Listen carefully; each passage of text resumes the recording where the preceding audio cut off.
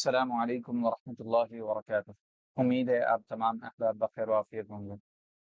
گزشتہ سبق میں ہم لوگوں نے مجرورات کی بحث شروع کی اور اس کے ضمن میں ہمیں یہ معلوم ہوا کہ عربی زبان میں کسی کلمے پر زیر دو ہی وجہ کی وجہ سے آ سکتا ہے، اور وہ وجہ ہے کہ اس سے پہلے یا تو حرف جر ہو یا وہ مضاف الیہ بن رہا ہو۔ پھر ہم نے مضاف الیہ اور مضاف کے چند قوانین جانے کہ مضاف الیہ ہمیشہ اس پر زیر ہوتا ہے، مضاف پر الف لام نہیں آتا، مضاف پر تنوین نہیں آتی، یا اسی طرح اگر اس پر نون اعرابی ہو یا نون تثنیہ ہو تو وہ ساقط ہو جاتا ہے۔ یہ سارے قواعد ہم نے گزشتہ سبق میں پڑھے۔ آج مضاف اور مضاف الیہ کے ہی دو قسمیں بیان کی جا رہی ہیں کہ اضافت کی دو قسمیں ہیں، ایک ہے لفظی اور ایک ہے معنوی۔ اضافت کی دو قسمیں ہیں، لفظی و معنوی۔ اضافت معنوی جس میں اسم میں فاعل، اسم مفعول اور صفت مشبہ کے سوا کوئی اور اسم مضاف ہو، یہ اضافت بتقدیر حرف جر تین طرح سے آتی ہے۔ پہلی تقسیم کر رہے ہیں اضافت معنوی کی، جس میں اسم فاعل، اسم مفعول اور صفت مشبہ کے سوا کوئی اور اسم مضاف ہو، یعنی اگر جو مضاف ہے وہ اسم فاعل نہیں ہے، اسم مفعول نہیں ہے اور صفت مشبہ نہیں ہے، تو پھر ایسی اضافت کو ہم کیا کہیں گے؟ اضافت معنوی کہیں گے۔ یہ اضافت بتقدیر حرف جر تین طرح سے آتی ہے۔ تو اگر مضاف اسم فاعل، اسم مفعول اور صفت مشبہ نہیں ہے بلکہ اس کے علاوہ کوئی اسم ہے، مثلا ہم کہتے ہیں کہ غلام و زیدن، اب غلام و زیدن میں جو غلام ہے وہ تو نہ تو اسم فاعل ہے، نہ وہ اسم مفعول ہے اور نہ ہی وہ صفت مشبہ ہے۔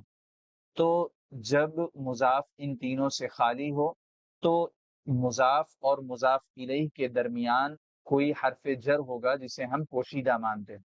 اب یہ کیسے طے ہوگا کہ ان تین حرف جر میں سے کون سا حرف پوشیدہ ہے؟ تو وہ معنی کے لحاظ سے طے ہوتا ہے۔ تو کہنے کہ وہ تین حرف جر کون کون سے ہیں؟ تقدیر من سے، یعنی اگر ان تینوں کے علاوہ کوئی اسم ہے تو ہم اس کے درمیان من کا حرف مان سکتے ہیں، لیکن من کا حرف کب مانیں گے؟ جبکہ مضاف الیہ جنس مضاف سے ہو، یعنی جس کی طرف مضاف کی اضافت کی گئی ہے وہ اسی کے جنس سے ہو۔ جیسے مثال دے رہے ہیں خاتم فضۃ۔ اب یہاں پر دیکھیے کہ یہ جو فضہ ہے، چاندی، ایک جنس ہے۔ کیا ہے؟ جنس ہے۔ اور یہ خاتم نہ تو اس میں فاعل ہے، نہ اس میں مفعول ہے اور نہ ہی صفت مشبہ ہے، اور وہ فضہ کی طرف مضاف ہے۔ تو اب ہم اس کے درمیان من کو پوشیدہ مانیں گے، اور من کو پوشیدہ ماننے کی خاص وجہ کیا ہے؟ کیونکہ جو فضہ ہے وہ خاتم کی جنس سے ہی ہے، یا مطلب خاتم فضہ ہی کی جنس سے ہے، جو انگوٹھی ہے وہ کس جنس سے ہے؟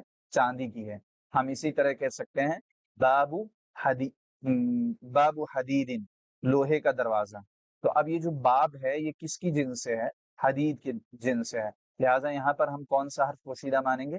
من کا حرف پوشیدہ مانیں گے، گویا ہم کہنا چاہ رہے ہیں باب من حدید۔ پھر دوسرا حرف جو ہم ایسے اضافت معنوی میں پوشیدہ مانتے ہیں وہ ہوتا ہے فی کا حرف۔ پہلا حرف من کا، کب؟ جبکہ مضاف الیہ کی جنس سے ہو۔ اور فی کا حرف کب پوشیدہ مانا جاتا ہے؟ جبکہ مضاف الیہ کیا ہو؟ ظرف ہو۔ یعنی پہلی شرط تو یہ ہے کہ مضاف نہ تو اس میں فاعل ہو، نہ اس میں مفعول ہو اور نہ صفت مشبہ ہو۔ جب یہ شرط پوری ہو جائے گی تو پھر ہم دیکھیں گے کہ جو مضاف الیہ ہے کیا وہ وقت کے یا جگہ کے معنی پر دلالت کر رہا ہے۔ اگر وہ وقت یا جگہ کے معنی پر، چونکہ ظرف زمان ہوتا ہے یا مکان ہوتا ہے، اگر وہ وقت یا جگہ کے معنی پر دلالت کر رہا ہے تو ہم مضاف اور مضاف الیہ کے درمیان ایک حرف پوشیدہ مانیں گے، اور وہ حرف کون سا ہوتا ہے؟ فی کا ہوگا۔ ٹھیک ہے؟ تو مثلا ہم نے کہا صلاۃ الظہری، کیا کہا؟ صلاۃ الظہری۔ تو اب یہاں پر دیکھیے صلاۃ نہ تو اس میں فاعل ہے جو کہ مضاف ہے، نہ تو اس میں مفعول ہے، نہ صفت مشبہ۔ پھر اس کے بعد یہ کس کی طرف مضاف ہوا ہے؟ وقت کی طرف مضاف ہوا ہے۔ ظہر کیا ہے؟ وقت ہے، جسے ہم ظرف کہتے ہیں اصطلاح میں۔ تو اب یہاں پر ہم جو حرف پوشیدہ مانیں گے وہ حرف کون سا ہوگا؟ فی کا حرف ہوگا، کیونکہ بتایا کہ فی کا حرف کہاں پوشیدہ مانتے ہیں؟ جبکہ مضاف الیہ وقت یا جگہ کی قبیل سے ہو، لہٰذا ضرب الیوم کی مثال دی ہوئی ہے، یعنی ضربن فی الیوم، یعنی آج کے دن کی مار. تو یہ دوسرا حرف تھا. تیسرا حرف ہے تقدیر لام سے، یعنی اگر نہ تو مضاف جو ہے مضاف الیہ کی جنس سے ہو، اور نہ ہی مضاف الیہ میں وقت اور جگہ کے معنی پائے جا رہے ہوں، اس کے باوجود کوئی ایسا اسم ہے جو کسی جو کہ نہ تو فاعل ہے، نہ مفعول ہے، اور نہ صفت مشبہ ہے، تو ان دونوں معنی کی نہ پائے جانے کی صورت میں ہم وہاں پر لام کو پوشیدہ مانتے ہیں. لکھا ہوا ہے تقدیر لام سے، یعنی جب کہ اوپر کی دونوں صورتیں نہ ہوں، یعنی جن مضاف الیہ جن سے مضاف سے نہ ہو، اور مضاف الیہ ظرف نہ ہو. تو ان دونوں یہ دونوں صورتیں جب نہیں پائی جائیں گی، تو اب ہم وہاں پہ کون سا حرف پوشیدہ مانیں گے؟ لام کا حرف پوشیدہ مانیں گے. یعنی ہم وہاں پر ملکیت کا دعویٰ کر رہے ہوتے ہیں.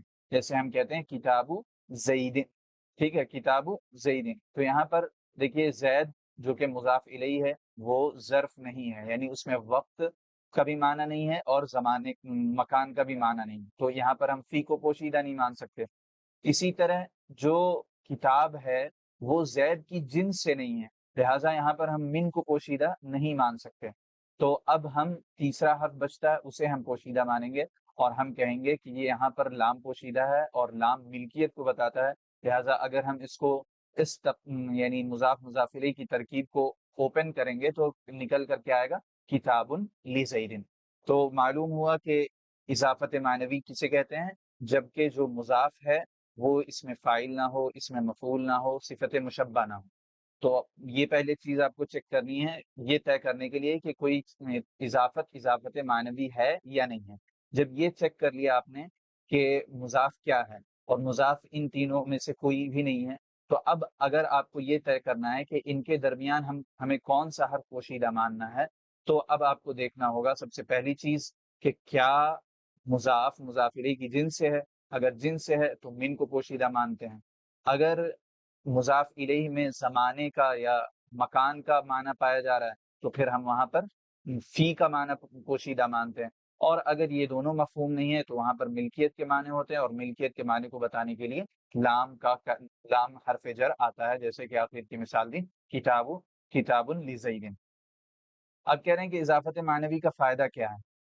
کہہ رہے ہیں کہ اس اضافت کا فائدہ یہ ہے کہ اگر اس میں نکرہ معرفہ کی طرف مضاف ہو تو تعریف حاصل کرتا ہے. یعنی جو مضاف ہے پہلے وہ کیا تھا؟ نکرہ تھا، لیکن معرفہ کی طرف مضاف ہونے کی صورت میں اسے کیا مل جائے گی؟ تعریف مل جائے گی. تعریف ملنے کا مطلب کیا ہے کہ اب وہ بھی معرفہ کے درجے میں آ جائے گا، اسے بھی معرفہ کی طرح ٹریٹ کیا جائے گا. مثلا ہم ابھی تک کہہ رہے تھے کتابن، لیکن کتابن کو زید کی طرف ہم نے مضاف کیا، تو اب یہ جو کتاب ہے اس کا حکم کیا ہو گیا کہ یہ بھی معرفہ ہے، حالانکہ ابھی تک یہ کیا تھی؟ یہ کلمہ کیا تھا؟ نکرہ تھا. اور اگر مضاف الیہ نکرہ ہو، مضاف الیہ معرفہ نہ ہو بلکہ نکرہ ہو، تو کم سے کم جو مضاف تھا وہ معرفہ تو نہیں ہوگا، لیکن اس کے اندر تخصیص کے معنی پیدا ہو جائیں گے. یعنی مثلا ہمیں کہنا ہے ایک کلمہ تھا غلامن، غلامن ابھی تک کیا ہے؟ نکرہ ہے، نکرہ غیر مخصوص ہے، یعنی بالکل نکرہ ہے، مطلق نکرہ ہے. لیکن ہم نے اس کو کسی نکرہ کی طرف مضاف کر دیا، ہم نے کہا غلام و رجلن، ایک آدمی کا غلام. تو گرچہ غلام معرفہ نہیں ہوا، یعنی وہ معرفہ کے حکم میں نہیں آیا، لیکن غلام کو تخصیص حاصل ہو گئی. تخصیص حاصل ہونے کا کیا مطلب ہے؟ یعنی یہ نکرہ مخصوصہ بن گیا. کم سے کم اس میں اتنا معنی تو آ گیا کہ یہ جو غلام ہے یہ کوئی عام غلام نہیں بلکہ یہ ایک آدمی کا غلام. تو یہ اضافت معنوی کا فائدہ ہے کہ اس میں کیا بولتے ہیں،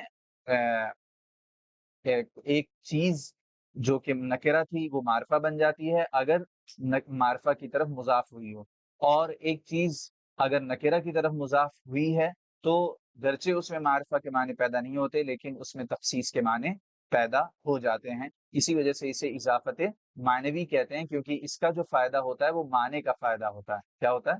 معنی کا فائدہ ہوتا ہے.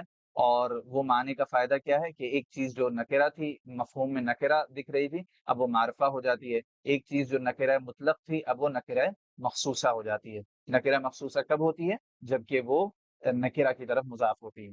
اب یہاں پر ایک تنبیہ کہہ رہے ہیں کہ ضرور ان کے اب مثل، غیر، سوا، یہ تینوں جو لفظ ہیں یہ اس میں فاعل نہیں ہیں، اس میں مفعول نہیں ہے، یا اسی طرح صفت مشبہ نہیں ہے، تو کیا یہ بھی جب کسی کی طرف مضاف ہوں گے تو وہ اس اضافت کو ہم معرفہ بنا دیں گے؟ کہہ رہے ہیں نہیں۔